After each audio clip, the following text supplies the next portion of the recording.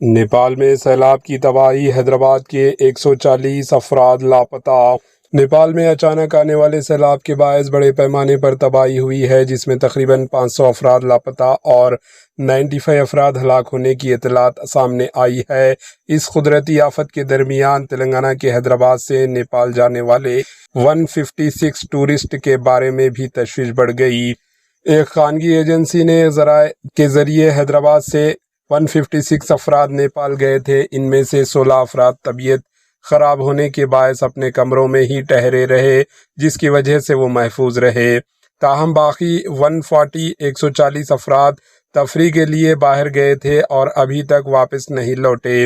इन 140 अफराद से रब्त ना होने पर इनके घर वाले और रिश्तेदार शदीद परेशानी में मुब्तला है और इनकी खैरियत और मुकाम के बारे में मालूमात के मुंतज़िर हैं।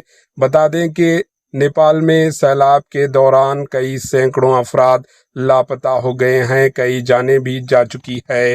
Bureau report, AHN news.